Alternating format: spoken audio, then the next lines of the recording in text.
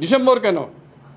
October, November, ডিসেম্বরের মধ্যে অক্টোবরও নির্বাচন হইতে পারে, নভেম্বরও নির্বাচন হইতে পারে, কিন্তু ডিসেম্বরের মধ্যে নির্বাচন করতে হবে।